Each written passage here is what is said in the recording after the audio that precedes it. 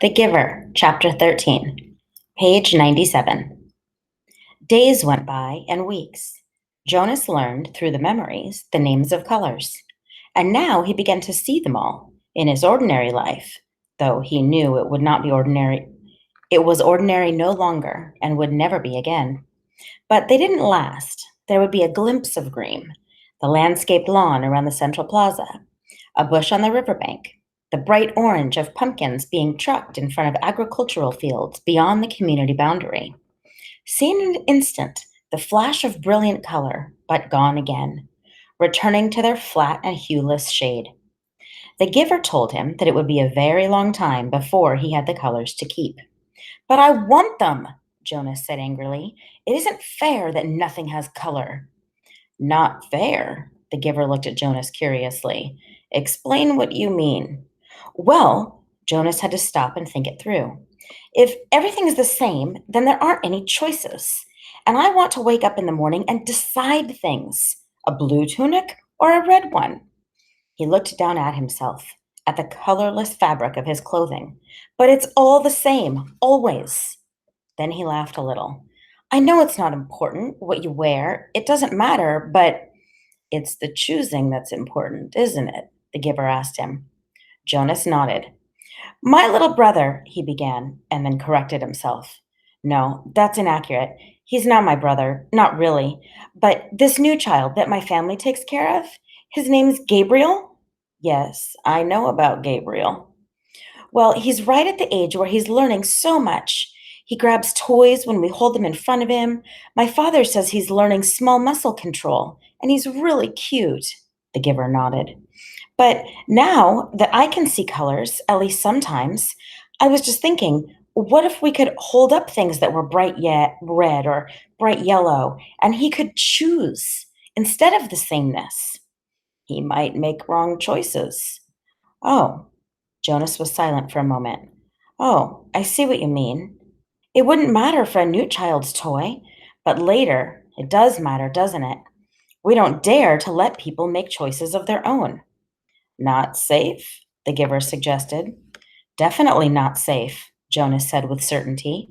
What if they were allowed to choose their own mate and chose wrong? Or what if, he went on, almost laughing at the absurdity, they chose their own jobs? Frightening, isn't it? The giver said. Jonas chuckled. Very frightening. I can't even imagine it. We really have to protect people from wrong choices. It's safer. Yes, Jonas agreed. Much safer. But when the conversation turned to other things, Jonas was left still with a feeling of frustration that he didn't understand. He found that he was often angry now, irrationally angry at his groupmates, that they were satisfied with their lives, which had none of the vibrance of his own was taking on. And he was angry at himself that he could not change that for them. He tried, without asking permission from the giver, because he feared or knew that it would be denied, he tried to give his new awareness to his friends. Asher, Jonas said one morning, look at those flowers very carefully. They were standing beside the bed of geraniums planted near the Hall of Open Records. He put his hands on Asher's shoulders and concentrated on the red of the petals, trying to hold it as long as he could, and trying at the same time to transmit the awareness of red to his friend. What's the matter? Asher asked uneasily. Is something wrong? He moved away from Jonas's hands. It was extremely rude for one citizen to touch another outside of family units. No, nothing. I thought for a minute that they were wilting, and we should let the gardening crew know that they needed more watering. Jonas sighed and turned away.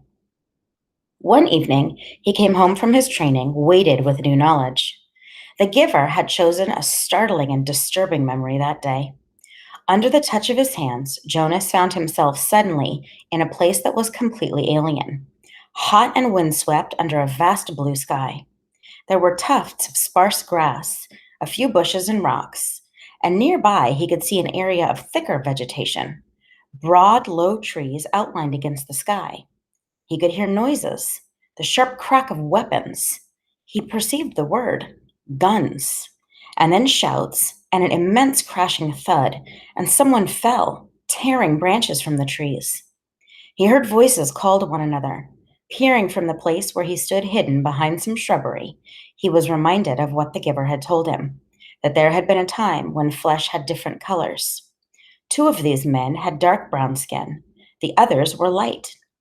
Going closer, he watched them hack the tusks from a motionless elephant on the ground and haul them away, spattered with blood. He felt himself overwhelmed with a new perception of the color he knew as red. Then the men were gone, speeding toward the horizon in a vehicle that spit pebbles from its whirling tires. One hit his forehead and stung him there, but the memory continued, though Jonas ached now for it to end. Now he saw another elephant emerge from the place where it had stood hidden in the trees. Very slowly, it walked to the mutilated body and looked down. With its sinuous trunk, it stroked the huge corpse. Then it reached up, broke some leafy branches with a snap, and draped them over the mass of torn, thick flesh. Finally, it tilted its massive head, raised its trunk, and roared into the empty landscape. Jonas had never heard such a sound. It was a sound of rage and grief, and it seemed to never end. He could still hear when he opened his eyes and lay anguished on the bed where he received the memories. It continued to roar in his consciousness as he pedaled slowly home. Lily, he asked that evening when his sister took her comfort object, the stuffed elephant, from the shelf, did you know that once there really were elephants? Live ones? She glanced down at the ragged comfort object and grinned. Right, she said skeptically. Sure, Jonas. Jonas went and sat beside them while his father untied Lily's hair ribbons and combed her hair. He placed one hand on each of their shoulders. With all of his being, he wanted to try to give each of them a piece of the memory. Not of the tortured cry of the elephant, but the being of the elephant, of the towering, immense creature, and the meticulous touch to which it had tended its friend at the end. But his father had continued to comb Lily's long hair, and Lily, impatient, had finally wiggled under her brother's touch. Jonas, she said, you're hurting me with your hand. I apologize for hurting you, Lily, Jonas mumbled and took his hand away. Accept your apology, Lily responded indifferently, stroking the lifeless elephant. Giver, Jonas asked once, as they prepared for the day's work, don't you have a spouse? Aren't you allowed to apply for one? Although he was exempted from the rules against rudeness, he was aware that this was a rude question. But the giver had encouraged all of his questions, not seeming to be embarrassed or offended by even the most personal. The giver chuckled. No, there's no rule against it, and I did have a spouse. You're forgetting how old I am, Jonas. My former spouse lives now with the childless adults. Oh, of course. Jonas had forgotten the giver's obvious age. When adults of the community became older, their lives became different. They were no longer needed to create family units. Jonas's own parents, when he and Lily were grown, would go to live with the childless adults. You'll be able to apply for a spouse, Jonas, if you want to. I'll warn you, though, that it will be difficult. Your living arrangements will have to be different from those of most family units, because the books are forbidden to citizens. You and I are the only ones with access to the books. Jonas glanced around at the astonishing array of volumes. From time to time now, he could see their colors. With their hours together, his and the giver's, consumed by conversation and by the transmission of memories, Jonas had not yet opened any of the books. But he read the titles here and there, and he knew that they contained all of the knowledge of centuries, and that one day they would belong to him. So if I have a spouse and maybe children, I'll have to hide the books from them? The giver nodded. I wasn't permitted to share the books with my spouse, that's correct. And there are other difficulties too. You remember the rule that says the new receiver can't talk about his training? Jonas nodded. Of course he remembered. It had turned out by far to be the most frustrating of the rules he was required to obey. When you become the official receiver, when we're finished here, you'll be given a whole new set of rules. Those are the rules that I obey. And it won't surprise you that I am forbidden to talk about my work to anyone except the new receiver. That's you, of course. So there will be a whole part of your life which you won't be able to share with a family? It's hard. Oh, it's hard, Jonas. It was hard for me. You do understand, don't you, that this is my life, the memories. Jonas nodded again, but he was puzzled. Didn't life consist of the things you did each day? There wasn't anything else, really. I've seen you taking walks, he said. The giver sighed. I walk, I eat mealtime, and when I'm called by the committee of elders, I appear before them to give them counsel and advice. Do you advise them often? Jonas was a little frightened at the thought that one day he would be the one to advise the ruling body. But the giver said no. Rarely, only when they're faced with something that they've not experienced before. Then they call upon me to use the memories and advise them. But it very seldom happens.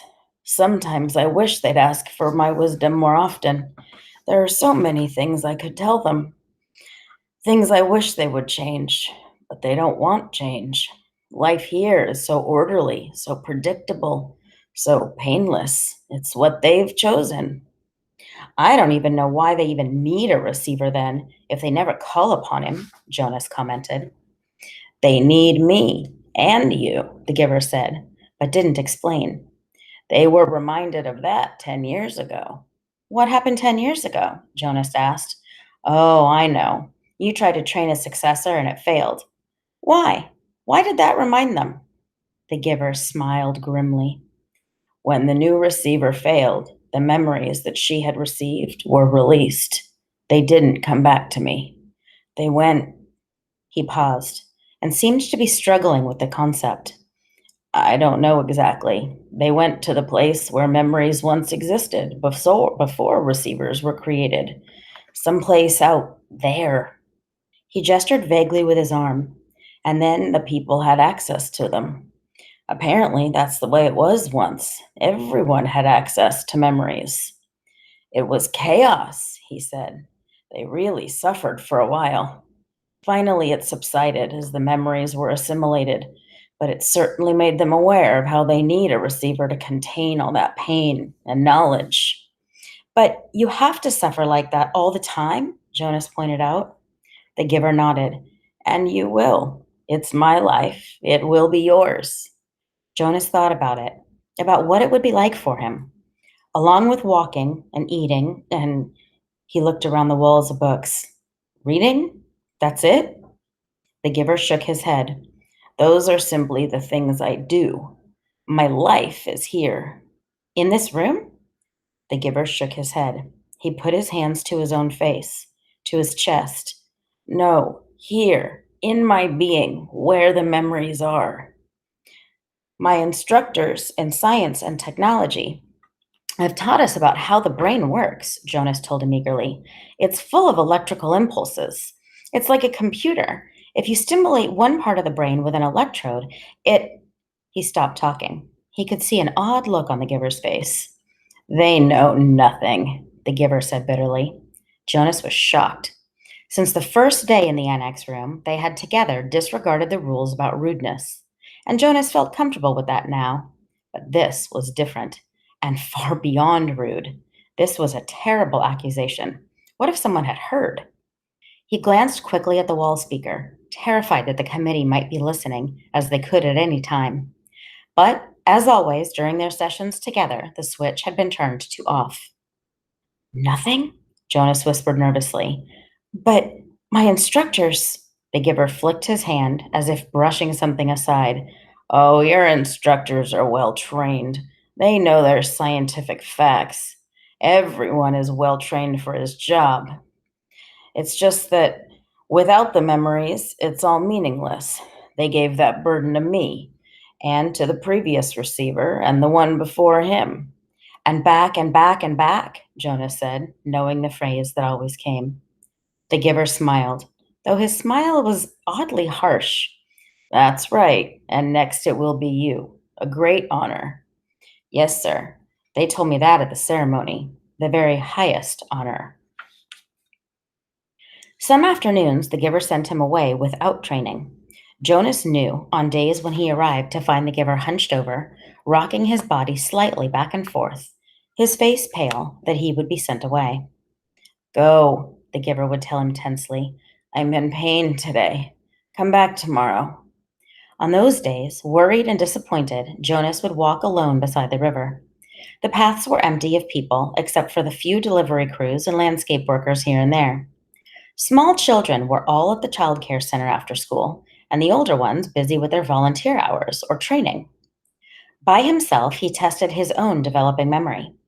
He watched the landscape for glimpses of the green that he knew was embedded in the shrubbery.